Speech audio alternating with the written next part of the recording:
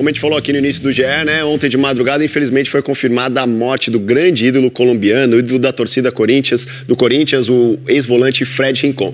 Aqui, homenagem de todos os times, né? O Palmeiras, para onde ele jogou, também Santos, ele jogou no Cruzeiro, Corinthians, o Real Madrid prestou homenagem, o Napoli prestou homenagem, onde o Fred também passou por lá.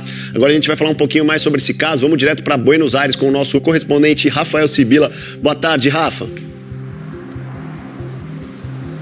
Fala, Andreoli, muito boa tarde a todos. O futebol está em luto com a perda do Fred Rincon. Há uma comoção nacional na Colômbia. O Rincon é muito ídolo no futebol colombiano, mas infelizmente aos 55 anos não resistiu aos ferimentos causados neste acidente que sofreu na madrugada de segunda-feira. O carro ficou totalmente destruído após bater no ônibus. O carro avançou o sinal vermelho e foi acertado em cheio por este ônibus, e a gente pode ver que o lado direito do carro, que era justamente onde o Rincon estava sentado, ficou todo destruído. Ele passou por uma cirurgia de quase 3 horas na cabeça, mas na madrugada de hoje foi anunciada a sua morte. A polícia ainda está investigando quem é que estava dirigindo o carro do Rincon. Eu estou justamente em frente ao Monumental de Nunes, um local histórico onde o Rincon marcou 2 gols naquela goleada sobre a Argentina por 5-0. Mas para quem não conhece o Rincon, a gente tem uma reportagem especial para contar um pouquinho da sua carreira, principalmente as suas passagens pelo futebol paulista. Fred Eusébio Rincon Valência. Rincon para os fãs, Fred para os amigos. E ele fez muitos no Brasil, fãs e amigos. Ele é meu padrinho de casamento, uma proximidade familiar muito grande aqui com a minha esposa. A gente se conheceu em 2000, quando chegou no Santos. Muita saudade, um cara que me ensinou muita coisa. Muito triste essa tragédia aí. O futebol de Rincon era por si só uma contradição. Força e técnica numa simbiose única. Um homem gigante, protegia a bola como ninguém, se aqueles cotovelos falassem. Mas ele só jogava quando era necessário, porque com a bola no pé, Fred era elegância, jogava com a cabeça erguida, passes milimétricos.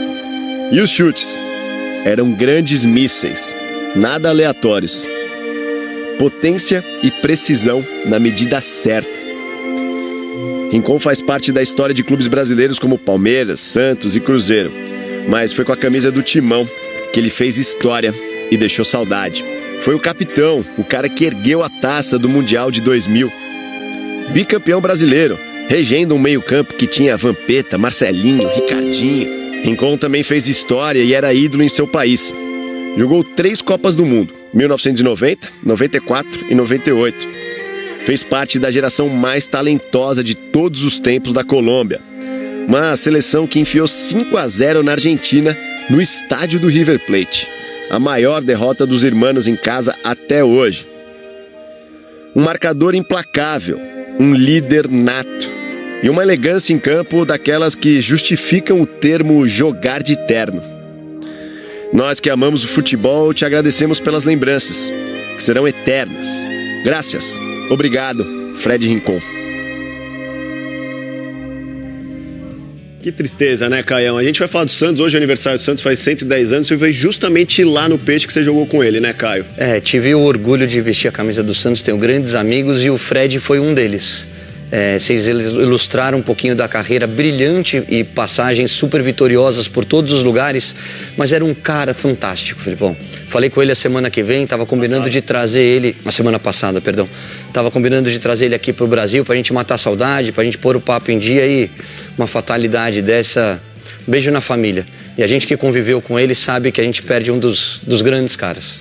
Por isso que a gente tem que valorizar cada dia, né, cada minuto da nossa vida. Então vamos ver como foi o jogo. Morreu ontem à noite o ex-jogador de futebol colombiano Fred Rincon, aos 55 anos de idade. Rincon, que é ídolo do Corinthians, foi treinador do São José na Copa Paulista de 2009. Ele comandou a Águia em 6 partidas logo no início da competição, alcançando aí 1 vitória, 1 empate e 4 derrotas.